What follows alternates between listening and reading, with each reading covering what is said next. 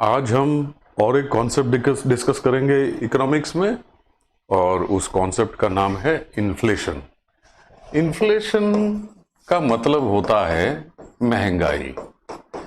अब वो एक गाना था, शायद महंगाई की मार ले गई बाकी सब, इस टाइप का एक गाना था हिंदी पिक्चरों में, मैं भूल गया, लेकिन बहुत खूबसूरत सा गाना था जो इन्फ्लेशन को डिस्क्राइब करता हुआ है।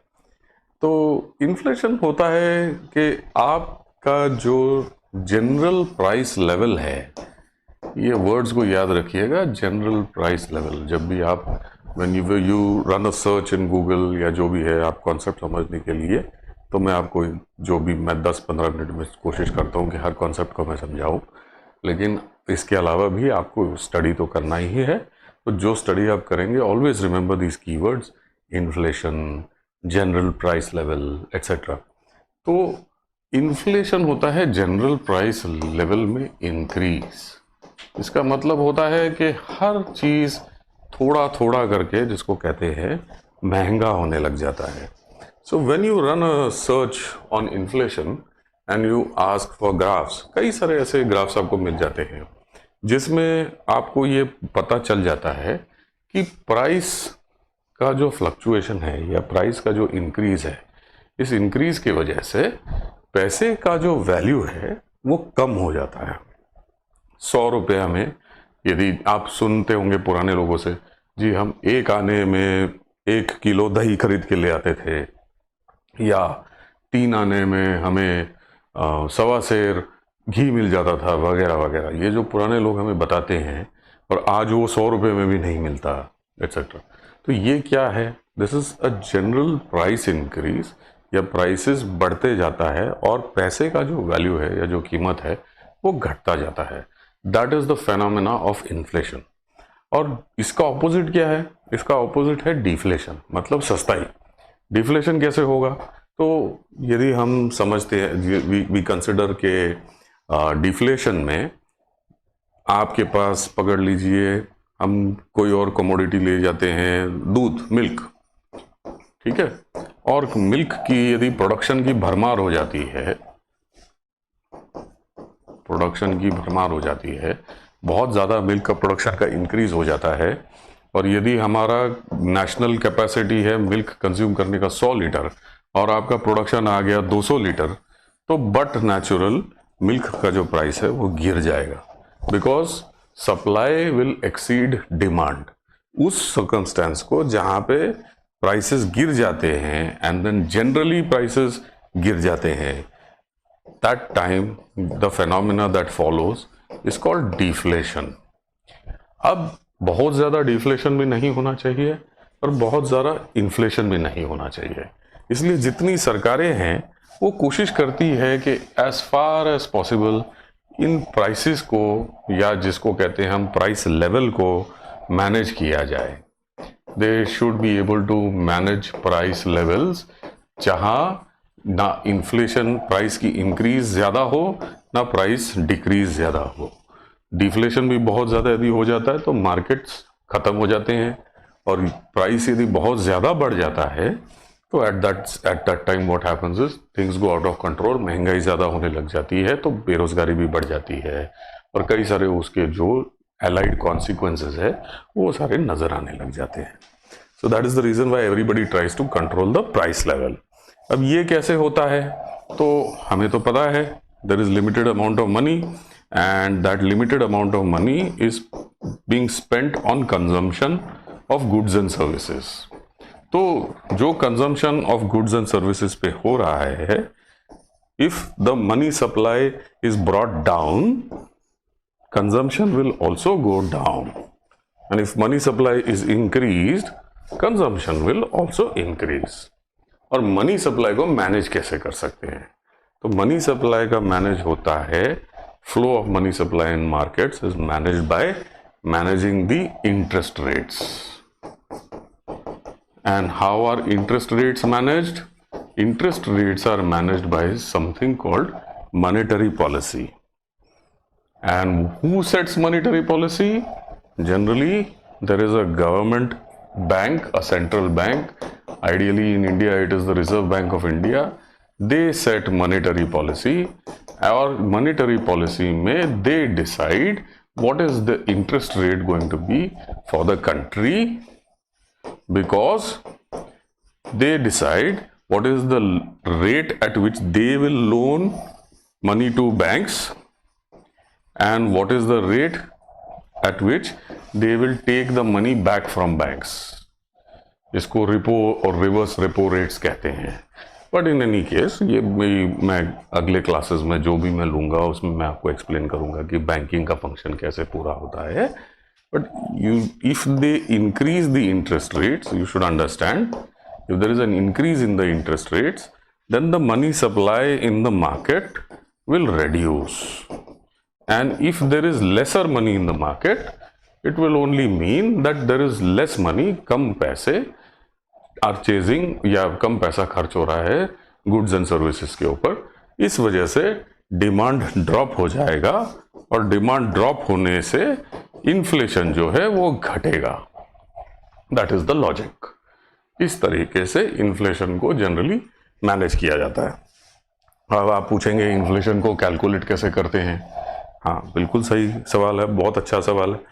इन्फ्लेशन को कैलकुलेट कैसे करते हैं? तो एक होलसेल प्राइस इंडेक्स होता है और एक रिटेल प्राइस इंडेक्स होता है, या कंजम्पशन प्राइस इंडेक्स। इसमें हम जो लिस्ट है कॉमनली गुड्स एंड सर्विसेज का, और इसमें जो लिस्ट है कॉमनली गुड्स एंड सर्विसेज का, retail price index and wholesale price index, in prices में जो डिफरेंस आता है over a period of time, उसको हम मेजर करते हैं। उसको जब मेजर करते हैं और हम पता करते हैं कि देखिए जी, अभी हमको पेट्रोल मिलता था पूरे दुनिया में एट $100 अ बैरल, अभी पेट्रोल का प्राइस हो गया जी $140 अ बैरल, तो इसकी इंक्रीज कितनी हुई? करीब 40% की इंक्रीज हुई। अब पेट्रोल का प्राइस 40% में बढ़ोतरी पेट्रोल के प्राइस में होने की वजह से महंगाई कैस्केडिंग इफेक्ट हुआ ये सारे गुड्स के ऊपर, because transportation effects everything and on this too. तो यहां हम फिर एक एवरेज आउट करके नंबर निकालते हैं कि इधर जो गुड्स एंड सर्विसेज थे इसमें कितना इंक्रीज हुआ प्राइस का, और यहां जो गुड्स एंड सर्विसेज थे इसमें प्राइस का कितना इंक्रीज हुआ, और ये मैथमेटिक्स करके कैलकुलेशन करके हम एक इन्फ्लेशन रेट पे आ जाते हैं कि जी हमारे राष्ट्र में एवरेज रेट ऑफ इन्फ्लेशन जो है वो इस क्वार्टर में या 3 महीने के में 6.3% है।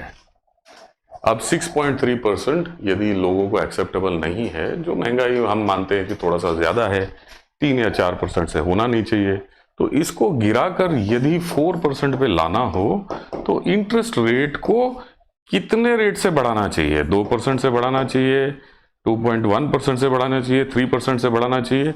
ये सारे कैलकुलेशंस हम इकोनॉमिस्ट करके हम डिसाइड करते हैं कि इन्फ्लेशन को कंट्रोल में कैसे रखा जाए।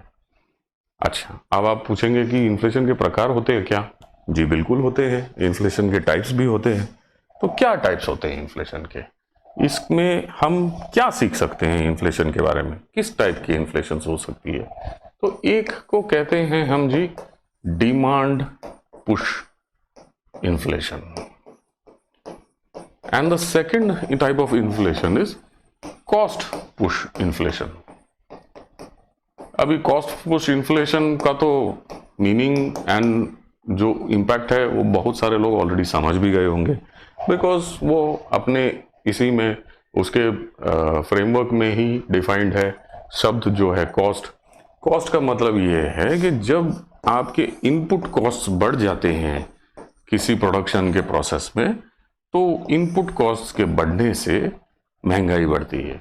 जैसे पकड़ लीजिए गोल्ड है, पेट्रोल है, स्टील है, ये सारी चीजें जो है ये कई सारे प्रोडक्शन के प्रोसेसेस में इनपुट होते हैं, और जब पेट्रोल की कीमत बढ़ जाती है तो इन जनरल आपका पूरा ट्रांसपोर्ट का जो कीमत है, ट्रांसपोर्टेशन का जो कीमत है वो बढ़ जाता है, और ट्रांसपोर्टेशन का कीमत बढ़ने से आपका जो सप्लाई है किसी भी चीज का, फर्टिलाइजर का हो या किसी भी चीज का हो, आपके सप्लाईज अफेक्ट हो जाते हैं, और सप्लाई इफेक्ट होने से आपके ट्रांसपोर्ट कॉस्ट बढ़ने से आपको दुविधा हो जाती है। तो वो जो कॉस्ट है बढ़ने का, वो आप कहाँ कन्वे करेंगे? वो आप कन्वे करते हैं कस्टमर को, जो कंज्यूम करता है आखिर में, और वो महंगाई पुश ऑन हो जाता है because of the cost increasing in input cost. Understood? Now let's assume the opposite of that. अभी कोई एक चीज़ है, सिल्वर है, और सिल्वर की डिमांड सडनली बढ़ गई क्योंकि उसका कंप्यूटर्स में, लेट्स अज्यूम कि उसके कंप्यूटर के प्रोडक्शन में उसका डिमांड बहुत ज़्यादा आ गया। तो सिल्वर का जब डिमांड ज़्यादा आ गया कंप्यूटर्स के प्रोडक्शन में या किसी और चीज़ के प्रोडक्शन में, तो सिल्वर का कीमत because of its demand will increase, and because silver की कीमत इंक्रीज हो जाएगी, the component cost for computers will accordingly increase, and because component cost for computer will increase, computer का भी कीमत बढ़ जाएगा, और कंप्यूटर का कीमत बढ़ने से डीलर का मार्जिन बढ़ जाएगा, सारी चीजें बढ़ जाएंगी। तो एक पर्टिकुलर चीज के डिमांड के बढ़ने से कई सारे इंपैक्ट्स उसके अगल बगल में होने लग जाएंगे, and that is called demand push inflation. तो ऐसे जो है दो प्रकार के इन्फ्लेशन होते हैं। एक है कि आप किसी चीज़ का डिमांड बढ़ा देते हैं। पेट्रोल का डिमांड बढ़ गया जी, बहुत लोगों को डिमांड है पेट्रोल का, पेट्रोल शॉर्ट सप्लाई में है, या सिगरेट्स का डिमांड बढ़ गया क्योंकि सिगरेट शॉर्ट सप्लाई में है, या आइसक्रीम का डिमांड बढ़ गया बिकॉज आइसक्रीम शॉर्ट सप्लाई में है, या दूध का डिमांड बढ़ गया बिकॉज दूध शॉर्ट सप्लाई में है।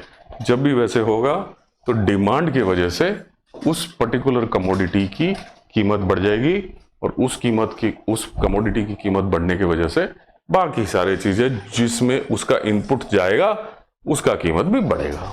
सो I hope I have been able to explain inflation to you today. थोड़ी देर बाद हम फिर थोड़े दिनों बाद whatever we will take on another concept. Thank you very much.